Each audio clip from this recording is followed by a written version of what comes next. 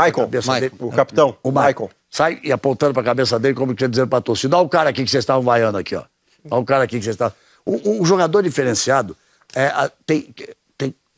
ele tem que ter confiança no técnico e a torcida tem que ter uma paciência, porque ele está ali para decidir. Tá certo? E ele também está sendo desprestigiado. Ele vai decidir. Ele está sendo desprestigiado.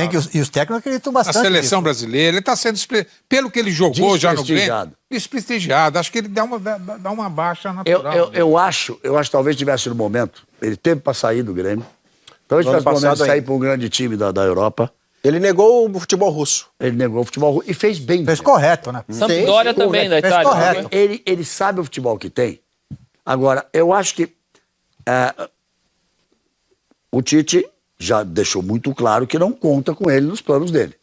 Porque não convocou para a Copa e já tivemos 2 convocações que o próprio Edu disse aqui na segunda-feira passada. Servem, daí os adversários mais fracos, a não ser a Argentina, servem para que se experimente jogadores. E ele não veio em nenhuma das 2 convocações. Me parece, claro, que ele não faz parte dos planos do Tite. Eu já disse isso anteriormente, na última Copa do Mundo eu teria levado tanto ele como o Arthur, porque são jogadores diferentes. No momento em que você precisa olhar para o teu banco de reservas e ter soluções diferentes, eu acho que esses 2 jogadores podem decidir um jogo a seu favor. Nesse momento, eu acho que... Eu sou fã do Luan, você sabe disso. Acho que ele é um grande jogador. E que todo grande jogador passa por momentos mais difíceis. O atacante, a bola não entra. Exatamente. E aí você tem que ter um pouquinho de calma. O Luan não vivia, até o jogo de ontem, o grande momento da carreira dele. Ele caiu um pouquinho de produção. Mas o que eu estou dizendo é que talvez ele não tenha caído de produção, não seja psicológico, exatamente. Lógico que é a parte anímica. Não foi para a Copa, não foi para outra convocação. E aí, quando volta, acaba a Copa, o Everton é convocado e ele não. E ele vê um menino que não era nem cogitado em seleção brasileira, quando termina a Copa, o Everton é convocado e ele não. A questão anímica Roger, é muito importante. Até porque o Tite, o Edu...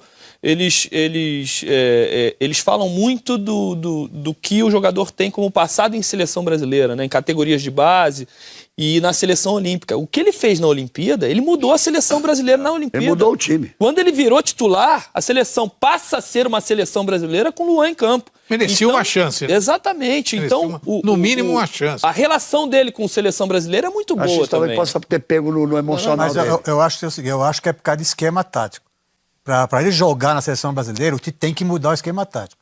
O Tite joga com um triângulo no meio. Você falou isso algumas vezes. Já falei isso várias vezes. Ele não foi convocado para a Copa do Mundo por causa do esquema tático do Tite, que é muito rigoroso em relação aos 3 do meio campo. Mas agora, todas essas novidades que o Tite convocou agora, nesse novo ciclo que começou agora, para os jogos contra os Estados Unidos e El Salvador, a primeira convocação, e agora para os jogos contra a Arábia Saudita e a Argentina, que aí o bicho pega, todos esses novos jogadores que o Tite convocou, todos eles se encaixam no esquema do Tite direitinho? Direitinho, é o que ele quer. Por exemplo, meio campo, ele convoca Fred. Né? Fred joga com o Casemiro e o outro cara Fred já estava na Copa, estou dizendo dessa novidade. Mas Arthur, Paquetá. O esquema que o Luan jogar é com 2 volantes e ele na frente dos 2 volantes, como joga como joga no Grêmio. E o Tite não joga assim, o Tite joga com 3.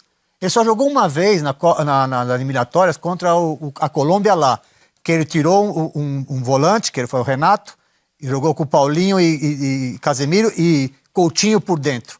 E jogou o Willian por fora. Foi a única vez que ele modificou. Ele não muda, ele não gosta de mudar o setor de meio campo. Então ele gosta de jogar com 3 no meio campo. Mas aí não é importante um treinador ter uma alternativa totalmente diferente daquilo que ele tem como base? Eu não estou discutindo alternativa. Eu estou discutindo o que o Tite pensa.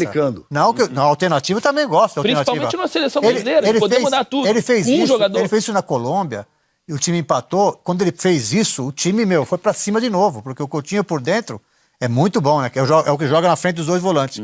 Ele fez isso, foi a única vez que ele fez. Essa alternativa para ele parece que não existe. Eu acho que ele tem que ter essa alternativa, mas a posição do Luan é essa. Não dá para ele jogar como esse homem aqui, e nem esse.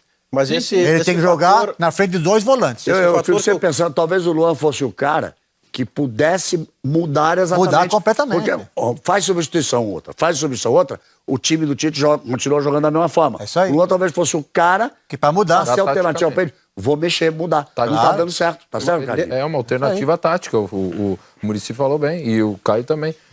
Porque ele é uma característica que pode mudar a equipe taticamente. É a função que ele exerce. Hoje ele tem uma liberdade no Grêmio de movimentação, né? Ele tem 2 jogadores que são volantes, mas que criativos, né? Hoje os dois jogadores que jogam no meio, e ele joga solto atrás do atacante, com 2 jogadores de lado, quer dizer, então ele tem essa liberdade, é uma outra forma de jogar. Poderia, como alternativa na seleção brasileira, ter ele... Vamos voltar aqui para os números da tabela, para a gente acompanhar. Aí vem o Atlético Mineiro, Bob, já falamos, o Atlético fez 1,6. O Atlético está muito inconstante, né? Ontem